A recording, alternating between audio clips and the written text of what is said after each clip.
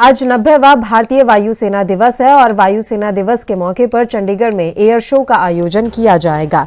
चंडीगढ़ के सुखना झील परिसर में समारोह चल रहा है। इंडियन एयरफोर्स डे परेड के बाद फ्लाई पास्टल और एयर शो होगा। पहली बार परेड दिल्ली एनसीआर से बाहर चंडीगढ़ में हो रही है। हाल ही में आईएएफ का हिस्सा बने स्वदेशी हल्के लड़ाकू हेलीकॉप्टर प्रचंड एयरफोर्स डे का हिस्सा होंगे। दूसरे एयरक्राफ्ट के साथ प्रचंड भी सुखना लेक के ऊपर उड़ान भरेंगे। एयर शो में 74 एयरक्राफ्ट उड़ान भरेंगे। इनमें 44 fighter aircraft, 7 transport aircraft, 20 helicopter, 2 vintage aircraft होंगे और 9 एयरक्राफ्ट स्टैंड बाय पर रहेंगे। वायुसेना दिवस समारोह में तीनों सेनाओं की सुप्रीम कमांडर राष्ट्रपति द्रौपदी मुर्मू और रक्षा मंत्री राजनाथ सिंह समेत सेना के वरिष्ठ अधिकारी मौजूद रहेंगे। तो वायुसेना दिवस के मौके पर आज चंडीगढ़ में एयर शो का आयोजन किया जा रहा है।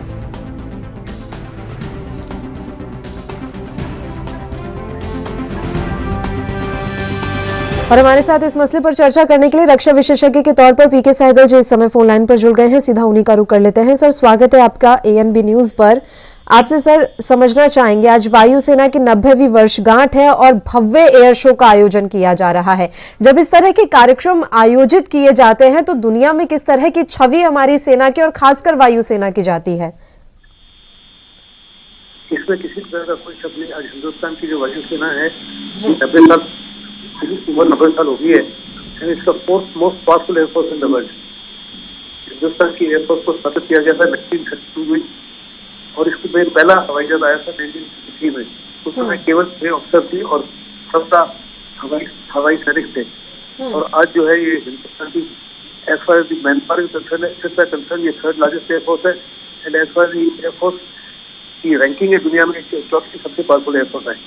हमारी एयरफोर्स ने 65 की लड़ाई में पाकिस्तान के 65 की लड़ाई, 71 की लड़ाई, 48 की लड़ाई और 99 की लड़ाई पाकिस्तान के छक्के छुड़ाए।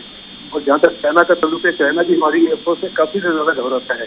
हमारी एयरफोर्स ऐसे लड़ाके हैं जिनको मेट किया गया है ब्रह्मोस मिसाइल के साथ में, जो पाकिस्तान और चाइना को काफी से ज्यादा सता रही है, काफी से ज्यादा घबराए हुए चिंतित है। क्योंकि पहले हमने सिर्फ 40 SU-30 उनको मेट किया था। अभी फैसला किया गया 72 को किया जाएगा और बाद में 272 सारे के सारे को किया जाएगा। और पहले जब इनके साथ मिसाइल लगाई थी ब्रह्मोस 2.5 टन की है, उसकी रेंज थी 295 किलोमीटर। अभी जो लगाई गई है उसकी रेंज है 450 किलोमीटर और आने वाले समय में इसकी रेंज 700 से 1000 किलोमीटर हो जाएगी। यानी दूसरे लफ्जों में बिना बॉर्डर क्रॉस किए हमारी वायुसेना जो है चाइना के न्यूक्लियर बंकर्स को, उनके बख्तरबंद गाड़ियों को, उनके आर्मर कॉन्सेंट्रेशन को, उनके एयरफील्ड को, उनके हेलीड्रोम को, उनके एमुनेशन डंप को, उनके पेट्रोल एफओएल डंप को बर्बाद कर सकती है बिना बॉर्डर क्रॉस किए। और जहाँ तक पाकिस्तान का ताल्लुक है, पाकिस्तान की टोटल विड्थ ही तकरीबन 1000 किलोमीटर है। तो पाकिस्तान के हर एसेट को हम बिना बॉर्डर क्रॉस किए हिट कर पाएंगे जब ये ब्रह्मोस रेंज 1000 किलोमीटर आ जाएगी। फिर हमारी वायुसेना बहुत ज्यादा आत्मनिर्भरता में बिलीव कर रही है। आज बड़े पैमाने पर हमने बिजनेस बनाना शुरू किया है। तो कई प्रकार के हेलीकॉप्टर बना रहे हैं, जैसे LCH है, ध्रुव है और तो ऐसे हेलीकॉप्टर बना रहे हैं जिनकी दुनिया में हाईएस्ट लैंडिंग कर रहे हैं। LCH कोई भी दुनिया में आज हेलीकॉप्टर नहीं है जो 5000 मीटर की ऊंचाई पर लैंड कर सके या टेक ऑफ कर सके। LCH पहला जहाज है। सर, एक बड़ी बात ये भी है कि रक्षा के क्षेत्र में ये पहली बार हुआ है कि हमारा निर्यात भी बढ़ा है। इसे आप किस तरीके से देख रहे हैं? चाहे वो हथियार हो या फिर विमान बनाने के जो भी सामान, उनका निर्यात इस बार बढ़ा है। बिल्कुल आप सही कह रहे हैं। फैसला लिया गया था 5 साल पहले कि हिंदुस्तान जो है आत्मनिर्भर होगा जहाँ तक डिफेंस का ताल्लुक है और हम एक मेजर एक्सपोर्टर के रूप में भी आएंगे। हमारा तेजस की समय डिमांड है by 75 countries in the world including America.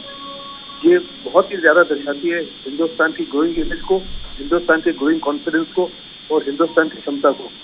सारी दुनिया को बिलीव है कि हमारे हवाई जहाज जो हैं वो हमारे नेबर चाइनीज के हवाई जहाज के मैन्युफैक्चर से बेहतर है, इजी टू मेंटेन है, इजी टू हैंडल है और उनका बैकअप जो है हिंदुस्तान बहुत बढ़िया देगा।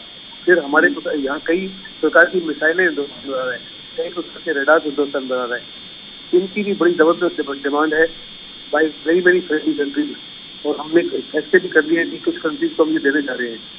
हमारा जो डिफेंस का एक्सपोर्ट है हमने कहा था कि 2025 तक तकरीबन 50,000 करोड़ रुपए का एक्सपोर्ट करेंगे, तो हमारा जीरो एक्सपोर्ट। आपको जानकर खुशी होगी कि पिछले 5 साल में हमारे एक्सपोर्ट की, डिफेंस एक्सपोर्ट में 344% का उछाला है। और जिस माफी की डिमांड आ रही है, मुझे लगता है कि 2025 तक हम 75,000 करोड़ रुपए का इक्विपमेंट एक्सपोर्ट कर पाएंगे। और जैसे जैसे हमारी प्रोडक्शन कैपेबिलिटी रैंप अप होगी, हम हिंदुस्तान की अपनी जरूरत और बाकी फ्रेंडली देशों की जरूरत को भी पूरा कर पाएंगे। इस समय बड़ा लाजमी है कि हमारी प्रोडक्शन कैपेबिलिटी जो है बहुत कम है। जैसे कि तेजस से हम तकरीबन मैक्सिमम 8 हवाई जहाज बनाते हैं एक साल में। अभी सरकार कोशिश कर रही है कि 16 जहाज में बनाए। इसको और रैंप अप करने की आवश्यकता है, क्योंकि अपनी रिक्वायरमेंट समय जरूरत है। हेलीकॉप्टर जैसे MCH है, तो उसमें हिंदुस्तान में भी 15 का ऑर्डर हुआ है। हिंदुस्तान को तकरीबन 160 चाहिए, और इसके अलावा कम से कम 25-30 देश और मांग रहे हैं। ऐसे बड़ा लाजमी है कि हम अपनी डिफेंस प्रोडक्शन कैपेबिलिटी को तुरंत से बढ़ाएं, ताकि हम अपनी रिक्वायरमेंट और अपनी फ्रेंडली कंट्रीज की रिक्वायरमेंट भी पूरी कर सकें। जी सर, एक बड़ी बात ये भी है कि ये पहली बार हो रहा है कि दिल्ली NCR के अलावा इस तरह का कार्यक्रम कहीं बाहर आयोजित किया जा रहा हो। इसके पीछे आप कोई खास वजह मान रहे हैं? इसके पीछे खास वजह यह है कि प्रधानमंत्री का डायरेक्शन है कि जो आर्मी डे परेड होती थी दिल्ली में हर साल 15 जनवरी को, वो अलग अलग राज्यों में होगी। इसी मापी की एयरफोर्स डे और नेवी डे है, वो दिल्ली के अलावा अलग अलग जगह में होगा, ताकि हिंदुस्तान की वायुसेना की, हिंदुस्तान की नेवी की और हिंदुस्तान की आर्मी की जो ताकत है वो बाकी देशवासी भी देख सके, बजाय ओनली कॉन्सेंट्रेटेड दिल्ली। तो ये प्रधानमंत्री का इनिशिएटिव है। जैसे वो हर साल दिवाली जवानों के साथ मनाते हैं, इसी बाकी की उनकी कोशिश है कि हिंदुस्तान की एयरफोर्स अपनी ताकत को शोकेस करे देश के अलग अलग हिस्सों में। ये पहली बार ये इसको चंडीगढ़ में किया गया, शायद अगली बार किसी सदर्न एरिया में होगा या वेस्टर्न एरिया में होगा या नॉर्दर्न एरिया में होगा। ये बहुत अच्छी शुरुआत है। And I am very hopeful कि इससे हमारे जो लोग हैं, जैसे शो को देखेंगे और हवाई सेना की ताकत देखेंगे, उससे प्रेरित होंगे और बड़े पैमाने पर उसमें जुड़ना चाहेंगे। आजादी के बाद से लेकर अगर अब तक की बात करें सर, तो ना सिर्फ वायुसेना, हमारी तीनों सेनाओं को आप कितना ज्यादा मजबूत देख पा रहे हैं? कितना बदलाव आपने महसूस किया है, और क्या हम इसे एक स्वर्णिम अध्याय माने हमारी सेनाओं की मजबूती के लिए, आत्मनिर्भरता की ओर हम लगातार बढ़ रहे हैं? ये आपका सवाल बहुत ही बढ़िया है। अगर आप आजादी से पहले 1000 का साल का इतिहास देखें तो हम हर लड़ाई हारते रहे। जो भी हमारे वेस्टर्न बॉर्डर से आया हिंदू से हमको पराजित करके चला गया। जो भी समुद्री मार्ग से आया, चाहे वो पोर्चुगीज थे, डच थे, फ्रेंच थे, ब्रिटिश थे, हमारे ऊपर हावी हुए। आजादी के बाद हमने 5 लड़ाइयां लड़ी। चाइना की लड़ाई हम हारे ब्यूरोक्रेटिक और पॉलिटिकल स्टुपिडिटी की वजह से। बाकी तमाम लड़ाइयां बड़ी शान तौर से जीते। आज हिंदुस्तान की जो आर्म फोर्सेज हैं, ये दुनिया में सबसे रिस्पेक्टेड, सबसे रेवर्ड और सबसे प्रोफेशनली कॉम्पिटेंट दी जाती है। हमने हर लड़ाई में अपने देश की सीमाओं को हर प्रकार से सुरक्षित रखा है। चाइना ने भी गलवान का देख लिया कि हिंदुस्तान की जो आज की फौज है वो 62 की फौज नहीं है, और इससे टक्कर देना जो है उनके हित में नहीं होगा। जहाँ तक पाकिस्तान का ताल्लुक है, पाकिस्तान तो हिंदुस्तान के साथ कन्वेंशनल वॉर के लिए तैयार ही नहीं है। उसको साफ तौर पर लगता है कि वो पूरी तरह से पराजित होगा, इसीलिए प्रॉक्सी वॉर के माध्यम से हिंदुस्तान को नुकसान पहुंचाने की कोशिश करता है, और उसमें भी उसकी हार एब्सोल्युटली 100% सत्य है। आप देखो कि उसकी जितने भी ये टेररिस्ट एक्टिविटीज हो रही थी, आगे से बहुत कम हो गई है। पेट्रोल बॉम्ब फेंकना है, ग्रेनेड फेंक रहे हैं, स्कूल जलाए जाने, ये सब कुछ कम हो गए हैं। उसकी मनी लॉन्ड्रिंग वगैरह रोकी जा रही है। अभी वो ड्रोन का इस्तेमाल कर रहा है, लेकिन आने वाले समय में उसमें भी हम उसके ऊपर हावी हो जाएंगे। हिंदुस्तान साफ तौर पे दर्शाता है कि देखो हमारी जीरो टॉलरेंस पॉलिसी है। अगर आपने हमारे को किसी प्रकार से नुकसान पहुंचाया तो हम बालाकोट जैसी और उरी के बाद में जो कार्रवाई की, उसकी क्षमता रखते हैं, उसकी ताकत रखते हैं। सरकार में डिसाइसिवनेस है और सरकारें और गवर्नमेंट मजबूत है, आर्म फोर्सेस बड़ी मजबूत है अपने देश को हर प्रकार से सुरक्षित रखने के लिए। जी सर, अभी आपको लगता है कि कुछ और इम्प्रूवमेंट की जरूरत है? हालांकि इम्प्रूवमेंट तो ऐसा है कि कभी रुकना नहीं चाहिए, ये तो निरंतर चलने वाली एक प्रक्रिया है। उसके अलावा आप कोई सुझाव देना चाहें? सबसे बड़ी जरूरत है कि हमारे देश में जो है बहुत सारा इक्विपमेंट है, चाहे एयरफोर्स का हो, चाहे नेवी का हो, चाहे आर्मी का, जो 50 साल, 60 साल, 70 साल पुराना है। तो बड़ा लाजमी है कि उसको रिप्लेस किया जाए, क्योंकि अनफॉर्चुनेटली हमारे पायलट की बिना मतलब के जान जा रही है। अभी भी एक अरुणाचल में हेलीकॉप्टर क्रैश हुआ है, मैं उस हेलीकॉप्टर को, वही हेलीकॉप्टर जो जीता था 1970 में चलाता था जी। जब मैं खुद एक हवाई चालक था। आज वो तकरीबन 50 साल के आदमी भी वही हवाई जहाज चलाए जा रहे हैं। आज फोर्स में 94 हेलीकॉप्टर हैं जिनको रिप्लेस करने की आवश्यकता है। एयरफोर्स के पास 11 स्क्वाड्रन की कमी है और 10 से स्क्वाड्रन जो है वो 50 साल से ज्यादा वायु उम्र हो चुकी है, उनको रिप्लेस करने की आवश्यकता है। तो हमको अपना डिफेंसिव प्रोडक्शन को स्पीड अप करना पड़ेगा। इन द इंटरिम हमको शायद बाहर से हवाई जहाज देने पड़ेंगे। आपने देखा हमारा नया एयरक्राफ्ट कैरियर जो है उसको हमने लॉन्च किया है, लेकिन उसके ऊपर एक भी हवाई जहाज नहीं है। आप उसके ऊपर हवाई जहाज ले रहे हो, आधे हवाई जहाज जो आपके विक्रमादित्य के हैं उसी को लगा रहे हो।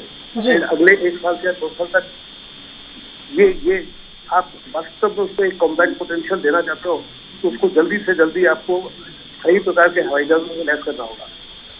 चलिए, तो बहुत बड़ी आवश्यकता है अपनी डिफेंस प्रोडक्शन को, अपनी डिफेंस मॉडर्नाइजेशन को बहुत बड़ी पैमाने पर आगे बढ़ाया जाए।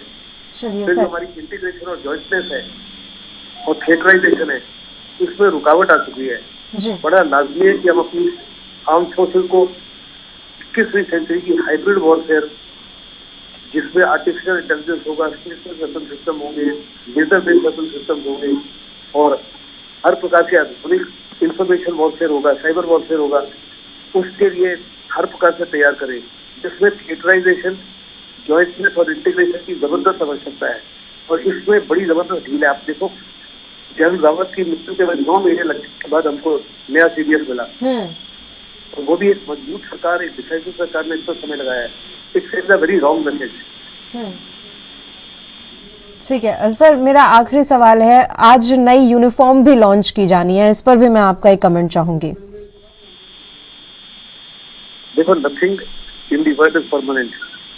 समय समय के अनुसार, रिक्वायरमेंट के अनुसार और चेंजेस सर्कमस्टांसेस के अनुसार ये यूनिफॉर्म बदली जाती है।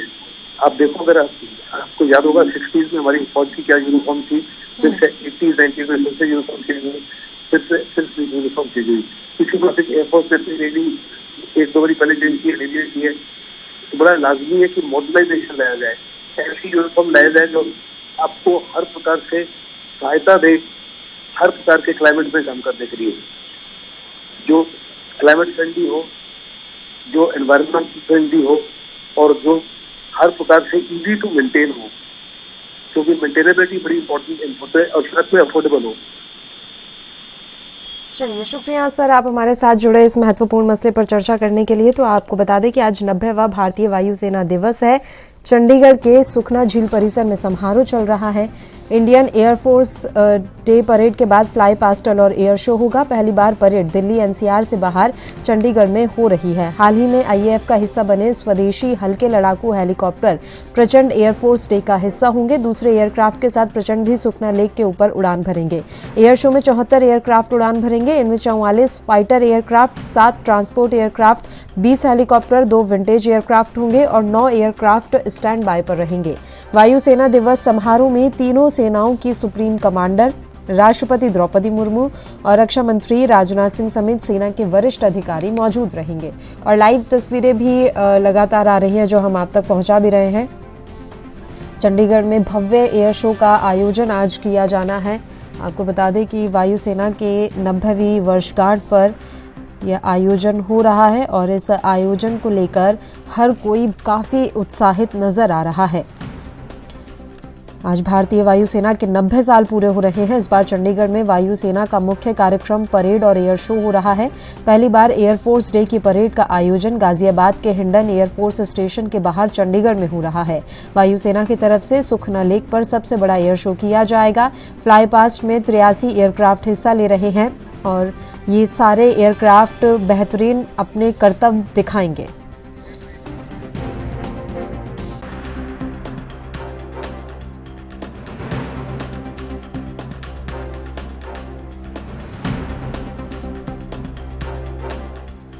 देश में ही निर्मित लाइट कॉम्बैट हेलीकॉप्टर प्रचंड भी इस शो में हिस्सा ले रहा है। एयर शो में 3 प्रचंड हेलीकॉप्टर भी लोगों को हैरत अंगेज करतब दिखाएंगे। सुखना लेक पर आयोजित होने वाले एयर शो में राष्ट्रपति और तीनों सेनाओं की commander in chief Droupadi Murmu, रक्षा मंत्री Rajnath Singh, air marshal VR Chaudhari, Punjab के राज्यपाल बनवारी लाल पुरोहित और मुख्यमंत्री भगवंत मान और हरियाणा के राज्यपाल बंडारू दत्तात्रेय और मुख्यमंत्री मनोहर लाल, चंडीगढ़ की सांसद किरण खेर मौजूद रहेंगी। एयरफोर्स डे का कार्यक्रम 2 हिस्सों में मनाया जा रहा है। फर्स्ट पार्ट में 3BRD एयरफोर्स स्टेशन में सुबह 9 बजे से दोपहर 12 बजे तक मनाया जा रहा है। ये कार्यक्रम शुरू हो चुका है। वायुसेना के जवान एयरफोर्स स्टेशन पर परेड कर रहे हैं। 3BRD में परेड में 157 एयरमैन, 38 ऑफिसर हिस्सा ले रहे हैं। इसके बाद 3 MI 17, 5 और 3 AZ-MF MK4 हेलीकॉप्टर ध्वज लहराते हुए जाएंगे। इस कार्यक्रम में एयर मार्शल वीआर चौधरी कार्यक्रम में शामिल हुए। एयरफोर्स को आज नई कॉम्बैट यूनिफॉर्म भी मिलने वाली है। आपको बता दें कि परेड के बाद एयर मार्शल वीआर चौधरी वायुसेना की नई कॉम्बैट यूनिफॉर्म का लॉन्च करेंगे।